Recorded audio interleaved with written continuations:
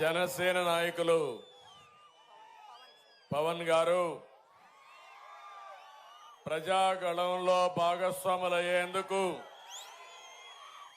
తరలి వచ్చిన మీ అందరికీ మనస్ఫూర్తిగా నమస్కారాలు, అభినందనలు, శుభాభినందనలు. ఎన్నికల యుద్ధానికి సై అంటూ రాప్తాడు రంకేస్తా ఉంది. తెలుగు తమ్ముళ్ల పౌరుషానికి ప్రజల మద్దతు తోడయింది. దీంతో పోట్ల గిత్తల్లా మా తమ్ముళ్ళు ఉరకలేసే ఉత్సాహంతో ముందుకు దూసుకుపోతున్నారు. ఇది పౌరుషం, పసుపు జెండా పౌరుషం. ఇది తెలుగుదేశం పార్టీ మీకు ఇచ్చిన ధైర్యం. ఇది పరిటాల రవీంద్ర నేర్పించిన పోరాటం.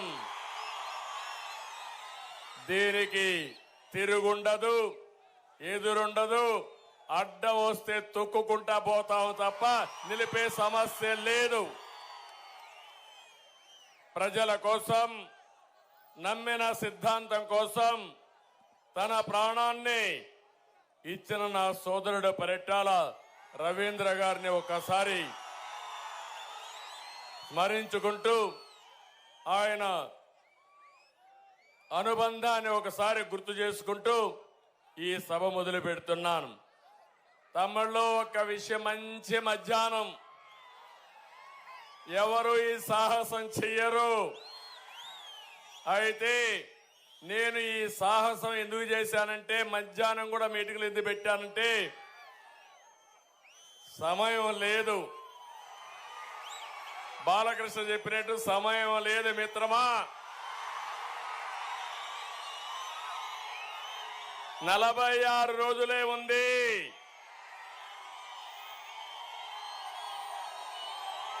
ఈ 46 రోజుల్లో మీరంతా ఈ రాష్ట్రాన్ని కాపాడే బాధ్యత మీ భుజస్కంధాల పైన పెట్టుకోవాలి. సిద్ధమా అని మిమ్మల్ని అడుగుతున్నా. నిన్ననే పలమనేరులో నేను ప్రారంభించాను ప్రజాగళం. నగరికి వెళ్ళాను, మదనపల్లికి వచ్చాను, ఈరోజు ఇక్కడికి వచ్చాను.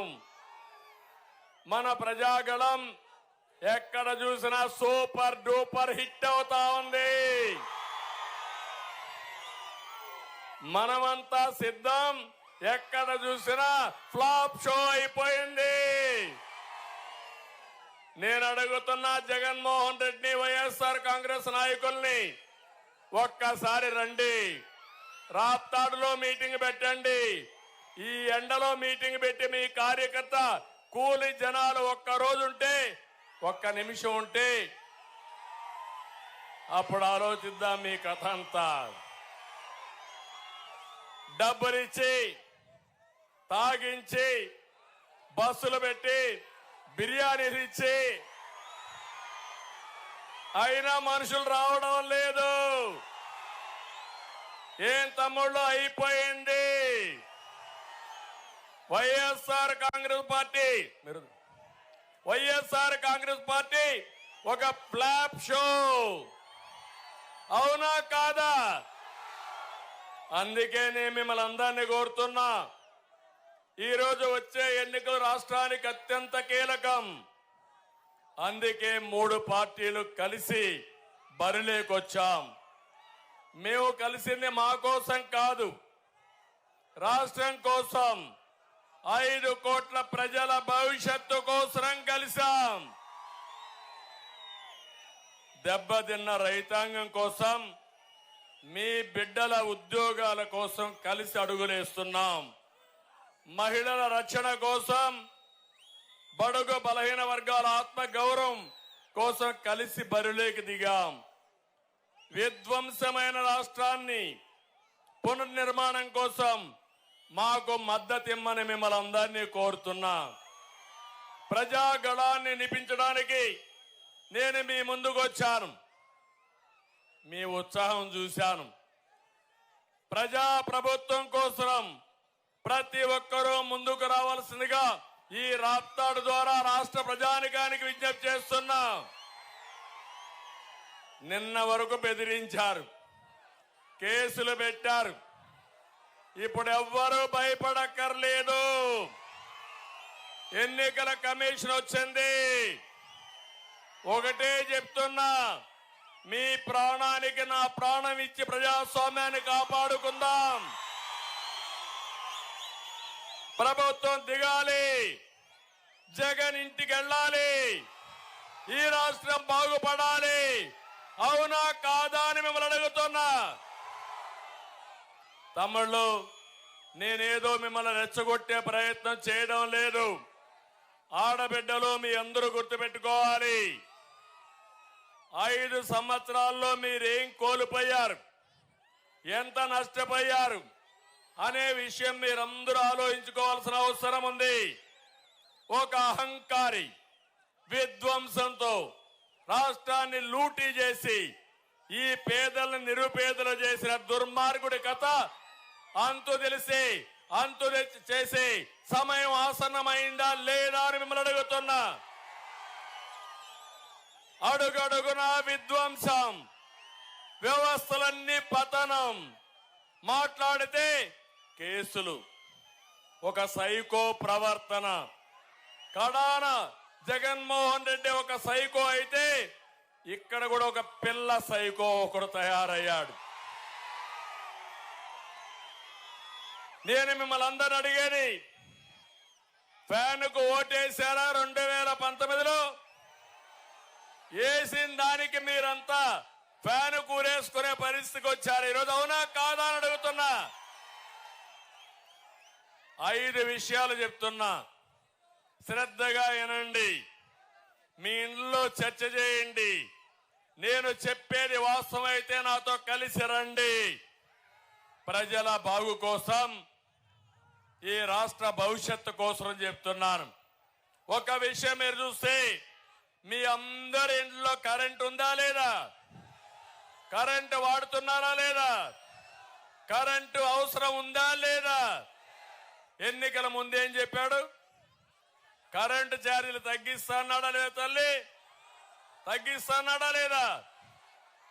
ఒక్క విషయం అడుగుతున్నా, ఆ రోజు 200 రూపాయల బిల్లు ఇప్పుడు ఎంత తమ్ముళ్ళు? 500 రూపాయల బిల్లు ఎంత తమ్ముళ్ళు? ఏమో ఆడబిడ్డలు ఎంత? 1000 రూపాయలు. అవునా కాదా? అంటే ఈరోజు మీరు ఆలోచించాల్సింది, ఒక్కొక్క కుటుంబం, నేను ఒక ఉదాహరణ మాత్రం ఇస్తున్నా మీ ఆలోచన కోసం. తక్కువ అంటే 500 రూపాయలు అదనంగా బిల్లు పడుతుంది. 500 రూపాయలంటే 12 నెలలకు 6000 రూపాయల బిల్లు పడుతుంది.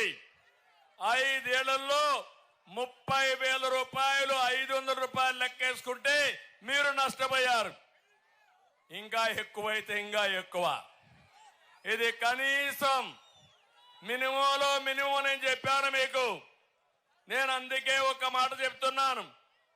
ఆ రోజు ఒక మాట అన్నాడు, విద్యుత్ ఛార్జీలు పెంచమని. నేను అడుగుతున్నా, 5 సంవత్సరాలు తెలుగుదేశం పార్టీలో కరెంటు ఛార్జీలు పెరిగాయా అని మిమ్మల్ని అడుగుతున్నా. అది ఒక సమర్థవంతమైన ప్రభుత్వం, ఇది ఒక అసమర్థుడు అవినీతిపరుడు యొక్క ప్రభుత్వం. అందుకే పెరిగాయి. రెండో విషయం మీరు చూడండి, మాటలు చెప్పాడు.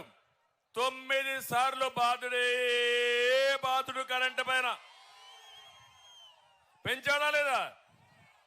కడాన రైతు మోటార్లకి మీటర్లు బిగించి రైతు మెడకు ఉరితాడేసిన దుర్మార్గుడు ఈ జగన్మోహన్ రెడ్డి. నేను అందుకే చెప్పా, రాబోయే రోజుల్లో మీ అందరికీ మంచి రోజులు వస్తాయి. మీ పొలంలోనే కరెంటు తయారు చేసుకుని మీరు వాడుకొని కొంత మిగిలితే గవర్నమెంట్కి ఇచ్చే పరిస్థితి తీసుకొస్తానని చెప్పి కూడా నేను మీకు తెలియజేస్తున్నా. తమిళలో రెండో విషయం, మంచి మధ్యాహ్నం మందుబాబులు కూడా ఉంటారు ఇక్కడ. మా మిత్రులు ఉన్నారా? మా తమ్ముడే తెచ్చేశాడు. ఏ ఎన్నికల్లో కూడా ఇంత చర్చనీయాంశం కాలేదు. నేను అడుగుతున్నా, ఇంకా ఉంటారు, ఆ పక్క ఈ పక్క అంతా ఉంటారు, సిగ్గుపడతా ఉంటారు.